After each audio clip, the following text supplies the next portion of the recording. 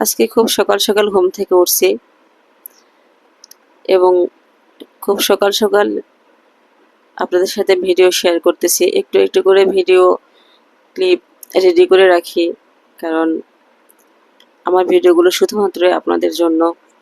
আমি চেষ্টা করি আমার সারা দিনের সব কিছু আপনাদের সাথে শেয়ার করার জন্য। তো আজকে বাইরে আবহাওয়াটা খুবই ভালো, হালকা হালকা বৃষ্টি পড়তেছিল। এখনো খুব সকাল, সূর্য তো ওঠেই নাই, বাইরে একটু হালকা আর কি আলো আসছে, অনেক সকাল।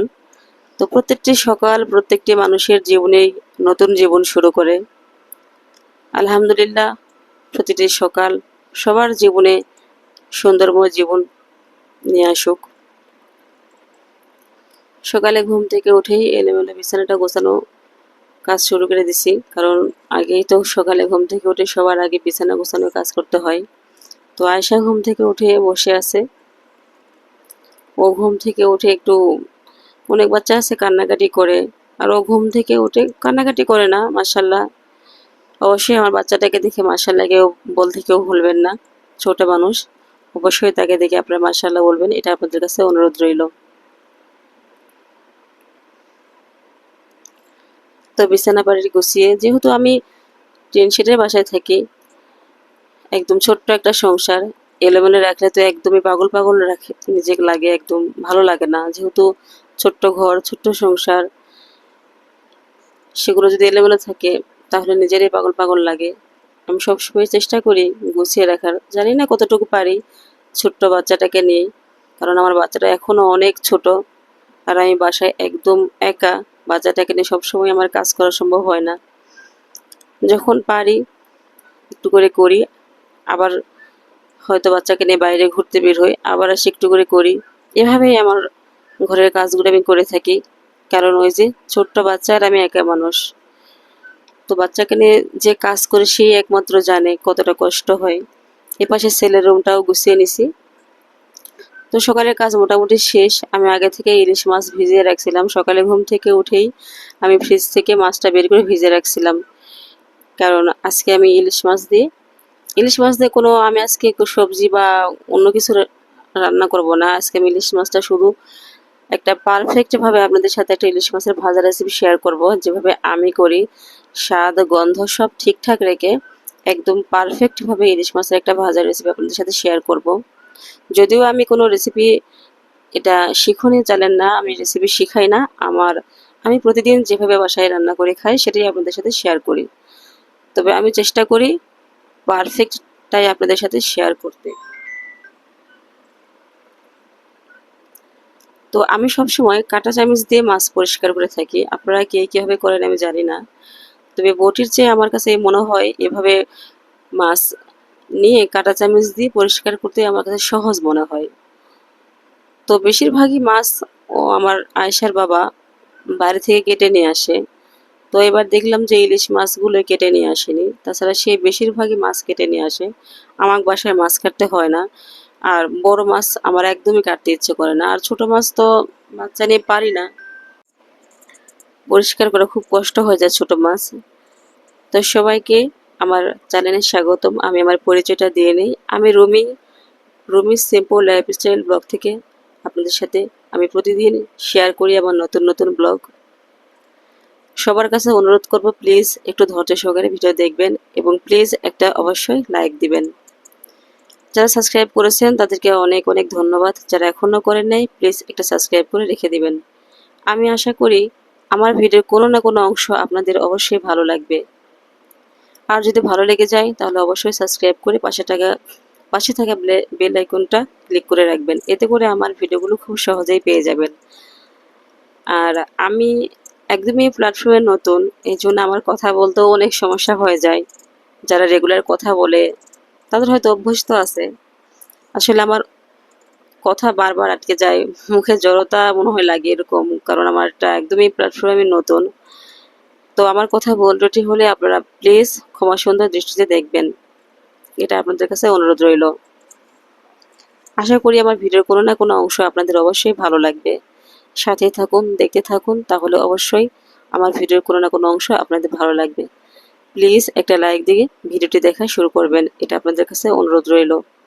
আপনাদের ভালোবাসা এবং সাপোর্ট পেলে হয়তো আমার ছোট্ট চ্যানেলটাকে আমি বড় করতে পারবো।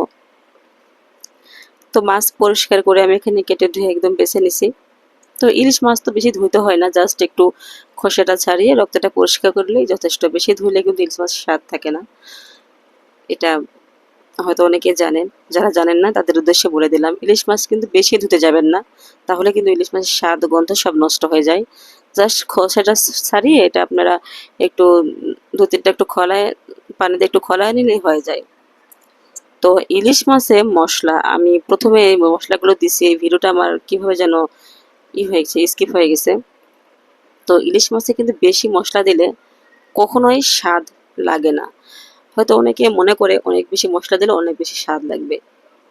যারা নতুন রাঁধুনি, যারা পারেন জানেন তাদের কথা আমি বলতেছি না, যারা নতুন রাঁধুনি আমি তাদের জন্য কথাগুলো বলতেছি।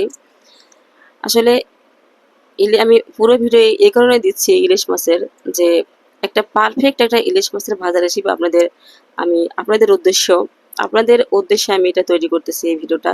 যারা আসলে নতুন রাঁধুনি, আমি আবারও বলছি, যারা নতুন রাঁধুনি তাদের জন্য। আর যারা পারেন জানেন তারা তো পারেনি।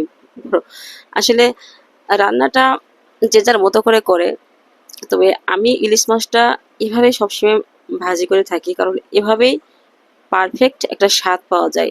আপনারা যদি ইলিশ মাছে আদা রসুন ধুনো এগুলা সবকিছু ধুনা বাটা আদা রসুন বাটা এগুলো সবকিছু দিয়ে থাকেন, তাহলে কিন্তু সেটা কখনোই খেতে স্বাদ লাগবে না। জাস্ট শুধুমাত্র একটু হলুদ লবণ আর মরিচ পরিমাণ মতো, এই 3টা মশলা দিলেই ইলিশ মাছের আপনি পারফেক্ট একটা স্বাদ পেয়ে যাবেন। যদি এখানে বিভিন্ন ধরনের মশলা দিয়ে থাকেন কখনোই আপনি পারফেক্ট স্বাদ পাবেন না। আর আমি ইলিশ মাছটা 10 মিনিটের জন্য ওখানে রেস্টে রেখে দিয়েছিলাম, যদি হাতে সময় না থাকে তাহলে দরকার নেই। তো এর ফাঁকে আমি হালকা পাতলা মানে মিষ্টি, যদিও স্বাস্থ্যের জন্য অনেক ক্ষতিকর, তো বাসায় ছিল, আশার বাবা নিয়ে আসছে। ছেলে মেয়ে খাওয়ার পর একটা মিষ্টি ছিল, তো ওটা আবার আমি একটু একটু করে ভেঙে টুরে খেলাম।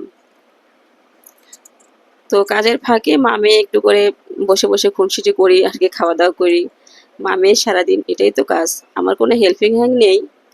আমি আমার ঘরের কাজগুলো একাই সবসময় করে থাকি, আর এটাই আমি স্বাচ্ছন্দ্য বোধ করি, এটাই আমার কাছে ভালো লাগে। নিম্ন মধ্যবিত্ত পরিবারের মানুষের এত ভাই আলগা ফুরানি করলে চলে না। আমি এভাবেই সবসময় আমার ঘরের কাজগুলো আমার মেয়েটাকে নিয়ে করে থাকি। আমার মেয়েটা যখন খেলে তখন আমি কাজ করি, বা যখন ঘুমাই তখন, নইলে সারাক্ষণ মেয়েকে নিয়ে থাকতে হয়। তো যেহেতু বাসায় যদিও অনেক মানুষজন নাই, তাই আমার কাজের কোনো সমস্যা হয় না। যদিও অনেক মানুষজন থাকতো তাহলে হয়তো অনেক ঝামেলা হয়ে যেত রান্নাবাড়া করার।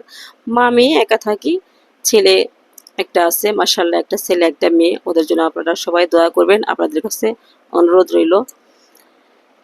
তো এই যে মাছ ভাজাটা আপনারা যদি একবারে বেশি আপনার চুলের ইটা বাড়ায় দিয়ে আঁচটা বাড়ায় দিয়ে ভাজতে যান, তাহলে কিন্তু পারফেক্ট মাছ ভাজাটা হবে না। চুলার জাল মিডিয়াম রেখে আস্তে আস্তে মাছ ভাজাটা করে নিতে হবে। দেখে গেল চুলার জালটা বাড়িয়ে নিলে কিন্তু এপাশ ওপাশ মাছ ভাজাটা পুড়ে যাবে, মাঝখানে কিছু সেদ্ধ হবে না, সেটা খেতে কখনোই ভালো লাগবে না। চুলার জালটা কমিয়ে এপাশ ওপাশ উল্টে পাল্টে ভেজে নেবেন। আপনারা যদি মনে করেন যে না আমি মাত্র 2টা উলট দিয়ে ভেজে নেব, সেটা কিন্তু হবে না। একটু সময় নিয়ে উলট পালট করে মাছটা ভেজে নিতে হবে। অবশ্যই বাড়তি কোনো মশলা দিবেন না, জাস্ট হলুদ লবণ মরিচ। মাছ ভাজার জন্য, ইলিশ মাছের জন্য এই 3টা মশলাই যথেষ্ট। খুব বেশি মশলা দিলে ইলিশ মাছের আপনার স্বাদ ও গন্ধ দুটোই নষ্ট হয়ে যাবে। তো এর ফাঁকে আমি এখানে আমার বাচ্চার জন্য একটু সবজি সিদ্ধ করে নিয়েছিলাম। আমার বাচ্চা খেতে চায় না, খুব কষ্ট করে খাওয়াতে হয়। একটু সবজি সিদ্ধ করে নিয়ে আমি ব্লেন্ডার করতে চেয়ার করি নাই, কারণ ব্লেন্ডার করলে বাচ্চাদের খাবার একদম ফিনিশিং হয়ে যায়।